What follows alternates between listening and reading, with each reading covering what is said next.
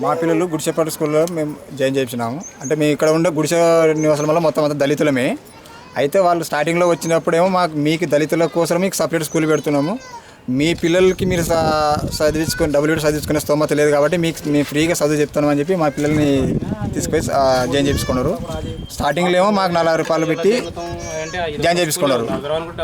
ప్రతి నెలనేమో ఆ విధంగా కంటిన్యూగా మా పిల్లల్ని ఎల్కేజీ కాడ నుంచి మొత్తం ఇప్పుడు 9వ తరగతి వరకు మా పిల్లలు ఆ స్కూల్లో చదువుతున్నారు. అయితే గత 3-4 సంవత్సరాల నుంచి ఫీజులు ఎక్కువ పెంచేసి ఇష్టానుసారంగా పెంచడము, కడితే కట్టండి లేదంటే మీ ఇష్టం టీసీ పెట్టుకొని పోండి, మానేసుకున్న మీరు మా కొరగన్నారా మీ పిల్లల్ని అని నిలదీస్తున్నారు. ఫీజులు కట్టిన పక్షంలో కూడా మా పిల్లల్ని ఎగ్జామ్ రాయనిస్తలేరు. కాబట్టి మేనేజ్మెంట్ ఏం చేస్తున్నారు, ఏం జరుగుతుంది మాకు ఖచ్చితంగా తెలియాలా. అప్పుడు ఫస్ట్ స్టార్టింగ్లో ఏమో మా పిల్లలకేమో మీకు ఫ్రీగా చెప్తున్నామని చెప్పినారు. ఇప్పుడు మా నుంచి డబ్బులు వసూలు చేస్తున్నారు. మళ్ళీ ప్రతి వారంలో 2 సార్లు అంటే నెలకు వచ్చేసి 4-5 సార్లు వాళ్ళు తెల్లలో అయితే తీసుకొచ్చి చూపిస్తున్న మామూలని. మరి మా ఎన్సీఎల్ నుంచి ఉన్న వాళ్ళనేమో దత్త తీసుకోవడమని అంటున్నారు. మరి దత్త తీసుకున్నప్పుడు మా నుంచి పైసలు ఎట్లా ఎందుకు వసూలు చేస్తున్నారు మాకు అది తెలియాలా. మీ మేనేజ్మెంట్ ఎందుకొరకు మా నుంచి పైసలు వసూలు చేస్తున్నారు. ఫ్రీగా చదువు అని చెప్పి ఈరోజు మా నుంచి పైసలు ఎందుకు వసూలు చేస్తున్నారు. ఉండేది దళితులకని చెప్పినారు, పేరు దళితులే అని చెప్పి మీరు వసూలు చేయడమే. వాళ్ళ నుంచి డబ్బులు వసూలు చేస్తున్నారు, ప్లస్ మా నుంచి డబ్బులు వసూలు చేస్తున్నారు.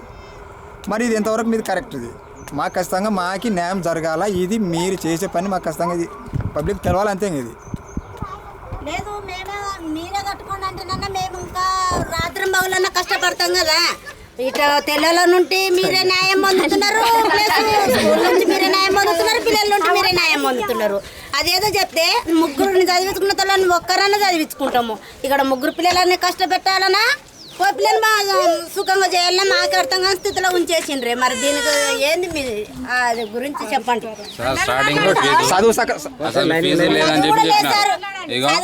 నేను పాపను చేసినప్పుడు ఎల్కేజీ నుంచి ఉంది, యూకేజీ అది ఫీజులు కార్డులు ఎన్నుండే ఒకసారి చూడండి. దీని కనుక ప్రతి ఒక్కటి ఎల్కేజీ ఇవన్నీ స్లిప్పులు ఎప్పుడు కట్టేటని ప్రతి ఒక్కటి. ఇక ఫస్ట్ క్లాస్ తెల్ల డ్రెస్ కు మా పిల్లలు ఉర్రు పెట్టి పైసలు కొనవేండ్రు. ఇప్పటికి తెల్ల డ్రెస్ రాలేదు, నెల అయింది డబ్బులు వసూలు చేసి. ఇవన్నీ మొన్న చిన్న బాబుని కూడా ఎల్కేజీ జాయిన్ చేయడానికి 4,600 రూపాయలు కట్టాలన్నారు. 3,000 కడతానని చెప్పినాను. అప్పటి కూడా ఒప్పుకోలేదు. ఇన్ని ఫీజులు కడుతున్నాను, అసలు ఫ్రీ అని చెప్పినారు. ఒకరు కూడా ఒక్క రూపాయి కూడా కట్టలేరు. ఇవన్నీ ఇప్పుడు జాయిన్ చేయడానికి దీనికి పీస్ కార్డు ఇచ్చినారు. ఇదిగా మేము చేసేది కూలి పనికి ఇంతగానో ఇన్ని ఫీజులు కట్టించుకుంటారు. ప్రతి వాళ్ళకి ఇన్ని స్లిప్పులు అన్నీ ప్రతి ఒక్కరికి. మేము పోయేది కూలి పనికి, పోయేది ఒక్కొక్క దానికి ఒక నెలకు వచ్చి 500 రూపాయలు ఒకరొకరు కట్టాలంటే 1000 రూపాయలు 800. ఇది ఎక్కడి నుంచి కడుతున్నారు సార్ ఇన్ని ఫీజులు? మీకు ఫ్రీ అని చెప్పి స్టార్టింగ్ జాయిన్ చేసాము కదా. పాపను పెద్ద పాపనే అందులో ఉంది అని చెప్పి చిన్న పాపను కూడా జాయిన్ చేయకపోతే మొత్తం టోటల్ వచ్చి 4,600 రూపాయలు కట్టాలి ఒకరికి అన్నారు. జాయిన్ చేయడానికే మళ్ళీ నెల ఫీజులు కాకనే ఇన్ని ఫీజులు కడుతున్నాను సార్. ఇక్కడ నెలకు వచ్చి పిల్లల వరకు వెళ్తారు. తెలుగు మీడియం ముందు గవర్నమెంట్ లో చేర్చుకోండి మరి అన్నారు.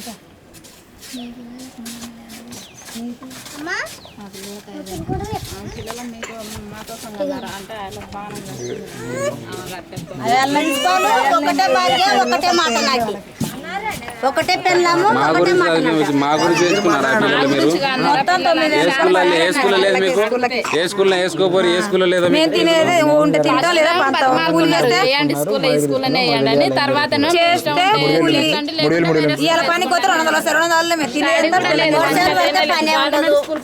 నాడు గుడిసె ఆడుతుందంటే ఆ గుడిసెని నీళ్ళు ఎత్తిపోసుకోవడమే సరిపోతుంది మాకు.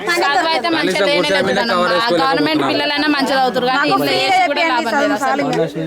డబ్బులు అయితే కట్టమంటారు కానీ చదువు మాట్లాడలేదు. కనీసము గుడిసెల మీద కూడా పిల్లలు కూడా వర్షాలు వస్తే కవర్ కప్పుకోలేకపోతున్నాం. మా పరిస్థితి ఈ పరిస్థితికి మేము పోయేది 200 కూలికి నెలకు వచ్చేది మాకు 600 రూపాయలు వస్తున్నది.